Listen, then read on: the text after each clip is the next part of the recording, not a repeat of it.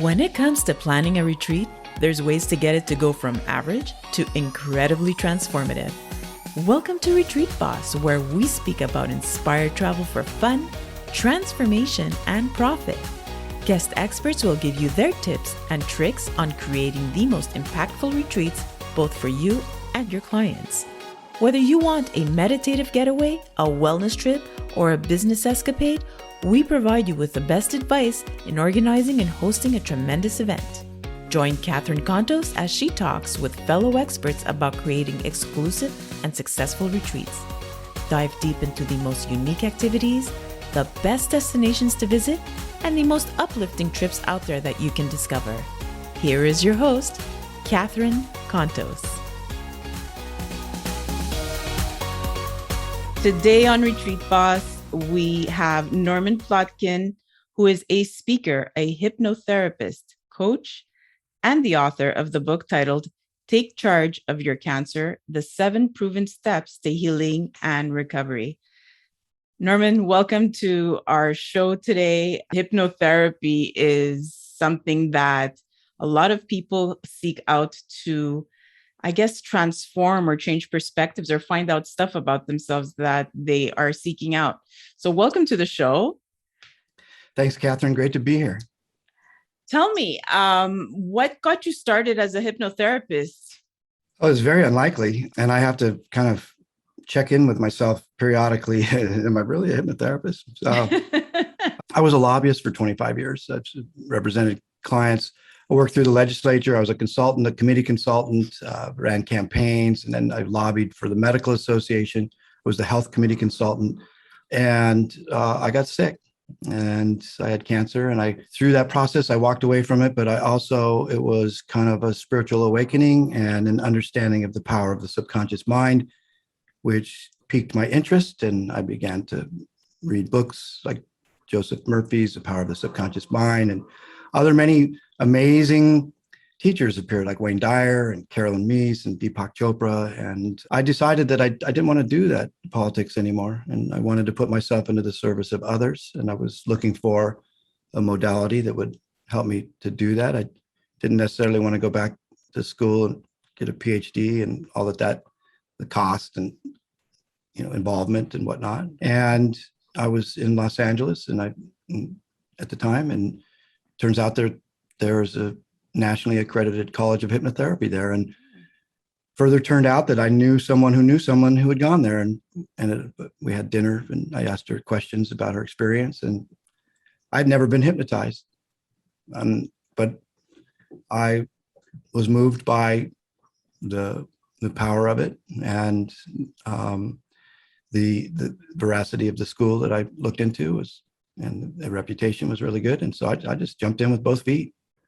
So what is it about hypnotherapy that attracted you so much to that versus, I don't know, meditation and going, and deep diving into your conscience that way, or any other type of healing, let's say? What is it that attracted you specifically to this practice? Well, I'm a deep meditator, but I'll tell you the story. I was thinking coaching, so I was looking at these coaching schools, and there was this school run by these 2 psychologists, and they said, what makes us different is, that in addition to the coaching, it's so much better if you add hypnosis in with your coaching, because it makes people feel like you're doing something for them. And they talked about this advertising campaign that it was about music, and this music store wanted to run this advertising campaign, and there was a typo in the campaign, and instead of put music back in your life, it said puts music back in your life. And that little S, the addition of that little S, made it feel like it was being done for you, and it was wildly successful. And so, to the extent that people believe that you're doing it for them, they argued that was a more powerful coaching. And I'm like, that sounds interesting. But that was in New Hampshire, and it was a 1-week course. And that's what got me started thinking about hypnosis and hypnotherapy. And that's when I found this 18-month, it was a very elaborate process that I went through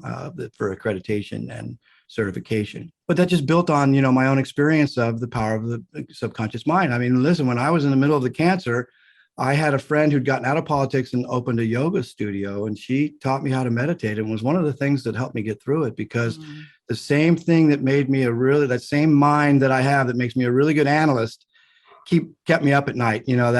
That monkey mind, that, the thousand thoughts, the racing thoughts, and the hypervigilance when you're, fearful and afraid for your life and whatnot. So meditation was the gateway for me. But then building on meditation, hypnosis and hypnotherapy it's a deeper state.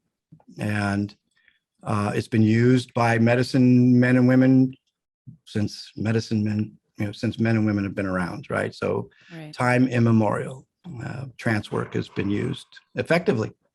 Do you find that people that meditate are more easily hypnotized because they're able to get into that deeper level of consciousness? Yes, it transfers very directly. Okay. So meditators, it's real easy to get them into hypnosis. The research out of Stanford, it says 80% of people can be, and 20% not so much. It's been my experience that if you want to be, you can be.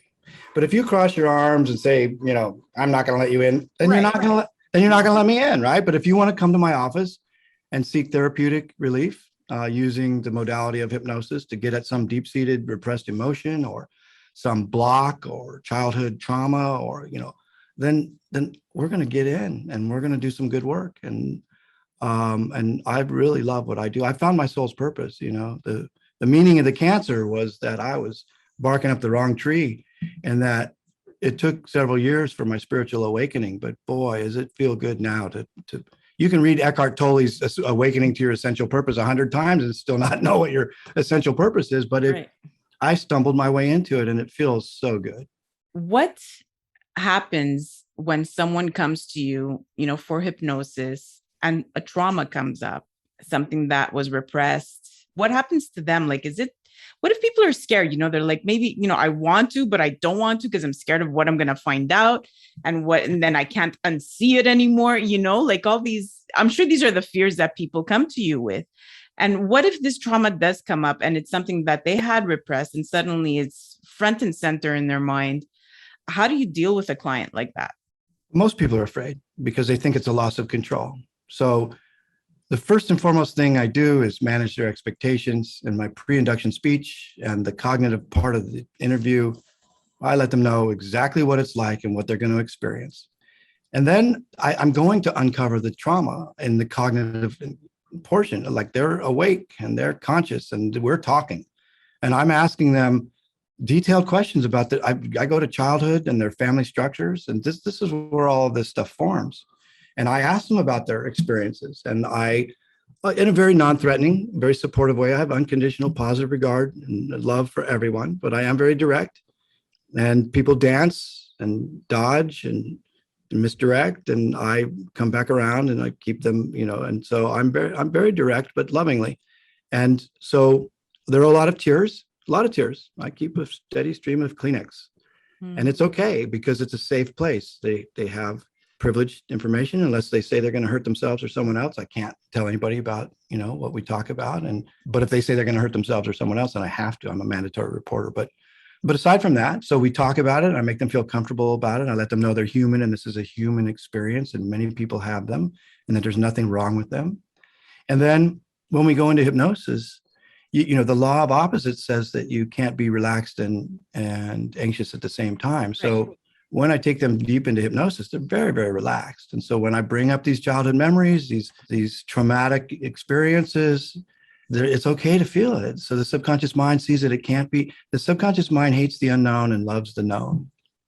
Right. And so that's why a woman will stay with a man who abuses her, because the unknown is even scarier. Right. So at any rate, so I take them deep into relaxation, and then we bring this stuff up and they realize it can't hurt them and they let it go. On very rare occasions, people twitch and there are what are known as abreactions. And you can see, I monitor them very closely and there are ways to soothe and relax and release. And so it's a very, very positive experience. No one ever has they just don't have bad experiences. There's no side effects. You'll dream afterwards. I've had people emerge from a inner child session very emotional. I mean, crying, big strapping men bawling their head off, and it's okay. It's okay because that's what it's all about, is to release and to return to that and to connect with that little boy or girl who lives inside you and let them know that everything's going to be okay. Well, I can tell you, your voice, I'm just listening to you, and I can actually picture myself completely going into hypnosis with you, because I'm just listening to you and I'm already like, I could actually picture myself with him just going into a deep hypnosis. So you definitely have that soothing voice that will, help someone get fully into into hypnosis. Hypnosis has been around for a long time. It's not something new. There's a lot of the latest thing, and I've interviewed a few people on this podcast, is they use plant medicine to go into a deeper level of consciousness, and they combine that with their therapies. Have you ever done that? And would you consider doing that, with a hypnosis? Is it something that you would think of doing? People ask about it. I did a lot of recreational drugs in the 70s. Yeah. I did mushrooms and LSD and whatnot. My girlfriend is a doctor of traditional Chinese medicine and a Qigong master. Oh, nice. And she, without being mean to other people, plant medicine is a shortcut. It's a cheap way. It doesn't last. Right. So she's very disciplined, and not everybody can muster that level of discipline. As a hypnotherapist, and by the way, I've toyed with the notion of ayahuasca. I'm curious. I've studied shamanism. The shaman's way. Written. It's a textbook written by a well-known anthropologist who studied many shamanic traditions, and many of them, a lot in South America, but elsewhere, use plant medicine to enter what they call non-ordinary reality. But is it the plant medicine, or is it your subconscious? Maybe you may access deeper regions of your subconscious, but is it unfiltered? Is it influenced by the plant medicine? I don't know. Here's what I know. To effectively hypnotize someone, I have to suspend their ego mechanisms. I have to drop them into fight or flight. And if they, people come to me, they're on prescription medications, it makes it harder because they're already kind of numb to that part of them that I would suspend is kind of numb already. So I don't want anything between me and their subconscious mind to be the most effective hypnotherapist I can be. I can get deep into your subconscious mind and your experience without any aids. I don't need anything. So, you know what I mean? I'm sorry, that's a non-answer. It's interesting. No, it actually is. It is an answer, because I understand what you're saying. You don't want any, you're not sure where that would go, because you don't know where the influence is coming from. Are you getting a dream state kind of, answer, or are you getting a real answer? I do understand. And also, I also understand when someone is on prescription medication, it does numb them out, right? That's why they don't have, let's say, the mood swings or whatever. They're really just neutral most of the time. They don't get that high or that low. It's just kind of there. And I would also understand why it would make it harder for you to reach them where you need to reach them in order for them to heal. How long is the healing process after you've discovered something, a trauma and whatever? Is it a long term, or is it something that is like a release, and then the release just needs a little bit of like, okay, it's out there now, let's heal a little bit, and you're on your way? That's a good question. So everyone's different. This is one of the most subjective things, out there, but any healing really is. But I have people who come to me who've been in psychoanalysis for 9 years. And I ask them, didn't you wonder about year 3 if this was working for you?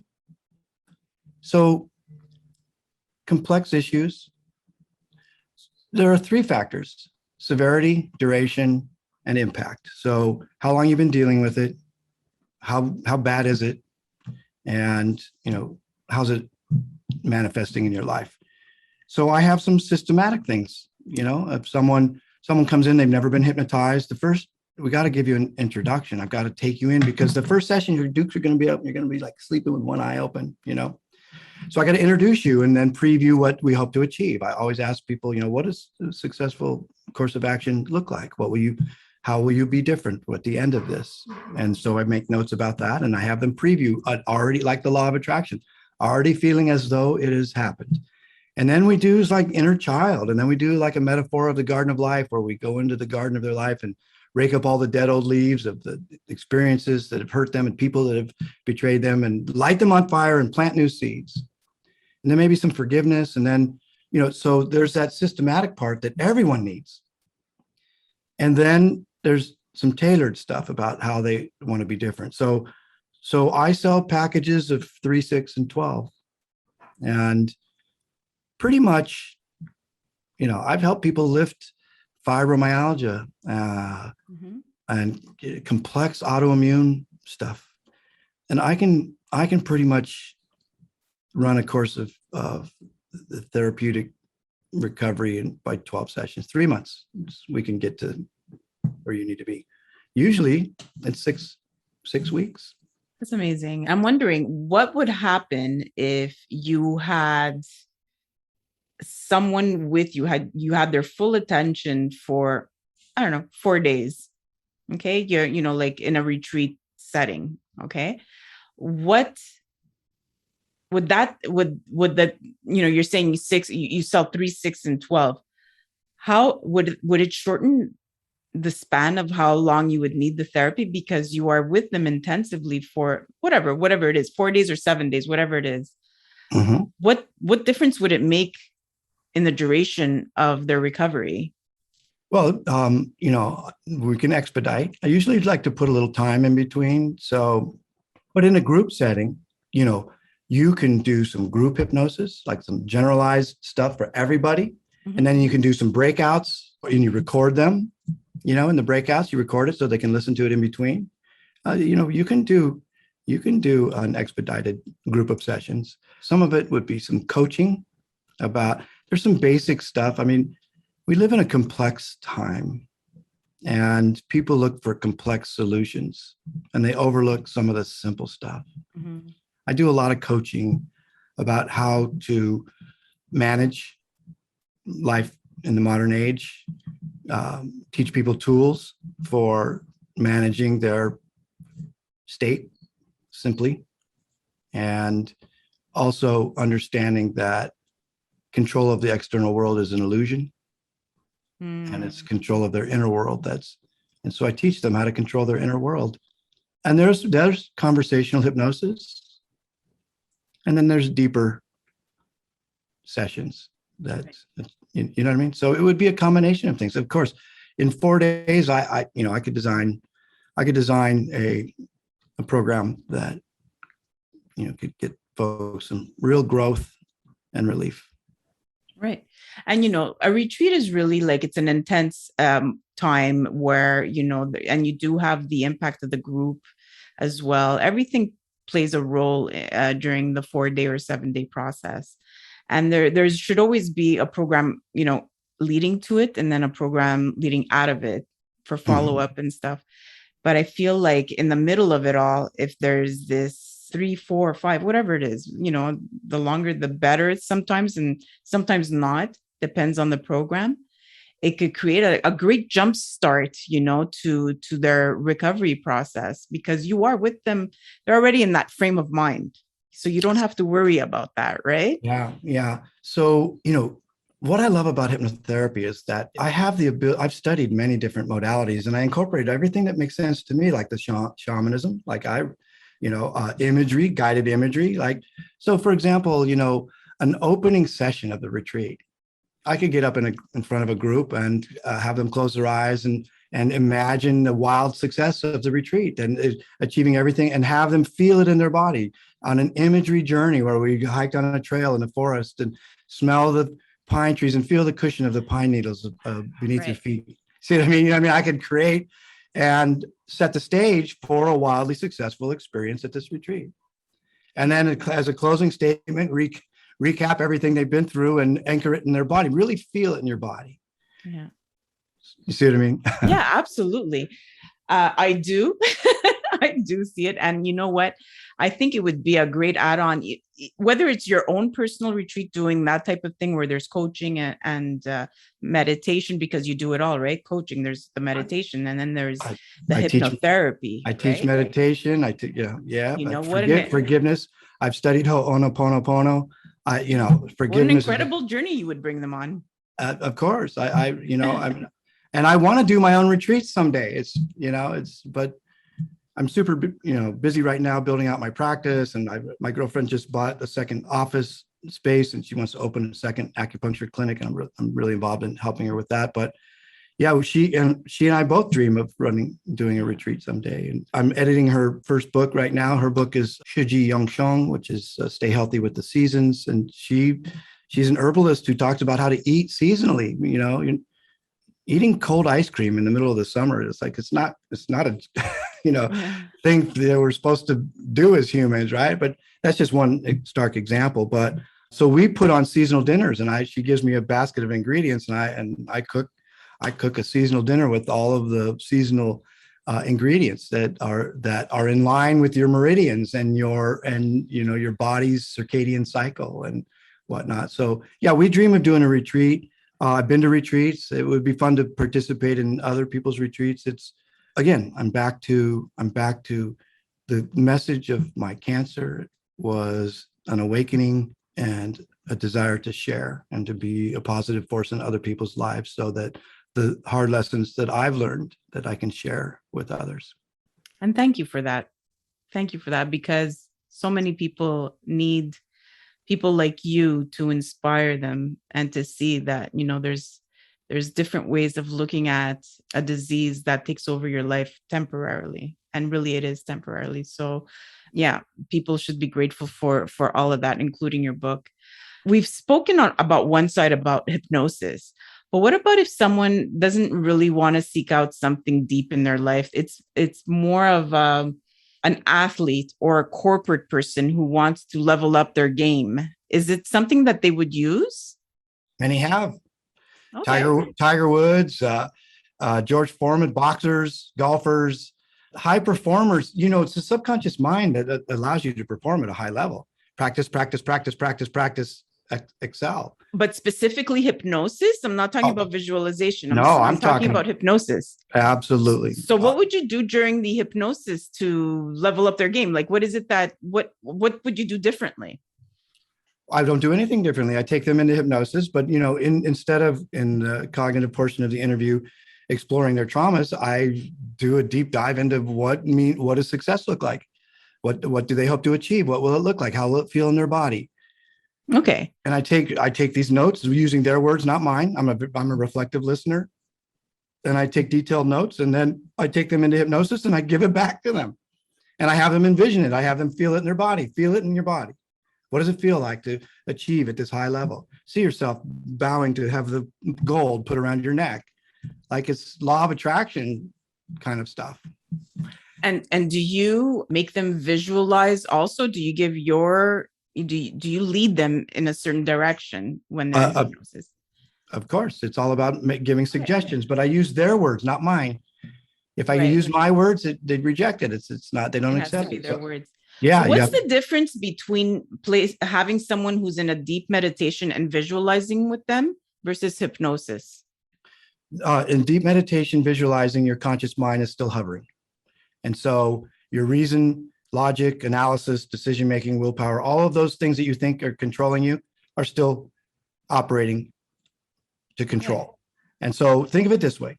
In hypnosis, think of the conscious mind like a Labrador retriever, and I just throw a stick and it runs off to chase the stick. Now I speak to the subconscious mind, where your programming is.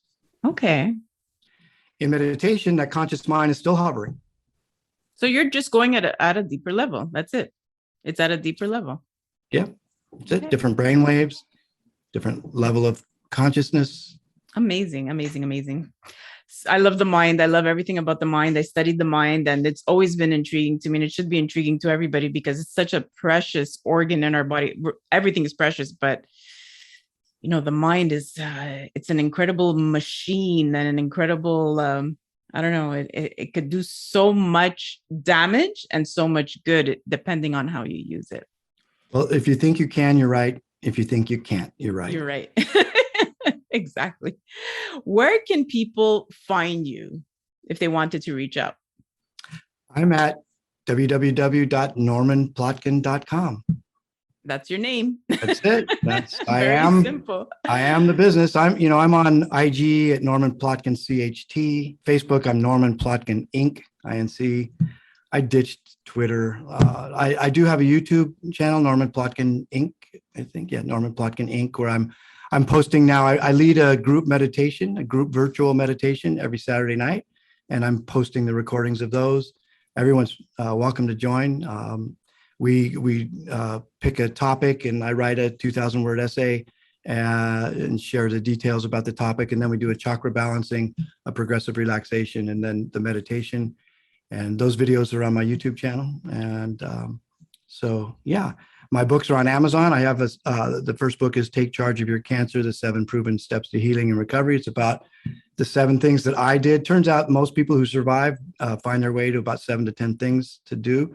And I found them the hard way. And if you understand the before or during, it'll just make it easier for you. And then my second book is Mastermind, Master Life. And it's all about hypnosis and hypnotherapy. What is it? What's the history of it? What does science say about it? And how can you apply it in your life? Thank you. You are a man of many talents that really complement each other. And I can actually just see you using all of those to create incredible transformation in people. And I want to thank you for taking the time for being here on Retreat Boss today. To share all this knowledge and information and great little nuggets that my listeners are going to get out of this. So, Norman, thank you for being here once again. I hope to continue connecting with you in different ways because, people with experience and professions such as yours are needed, are needed in the world. People need to tap into their consciousness in that way and heal themselves. So anything that is healing other people is something that I want to showcase to the world always. So thank you once again. Beautiful. Thank you for the opportunity. The mantra, Om Myoho Renge Kyo, we all have our own answers, and we just may need just a little help finding our way to them. And if I can make one person's life just a little better, then it's all worth it. So thanks, Catherine, for the opportunity. It is. It definitely is worth it. Thank you. Thank you for listening to the Retreat Boss podcast.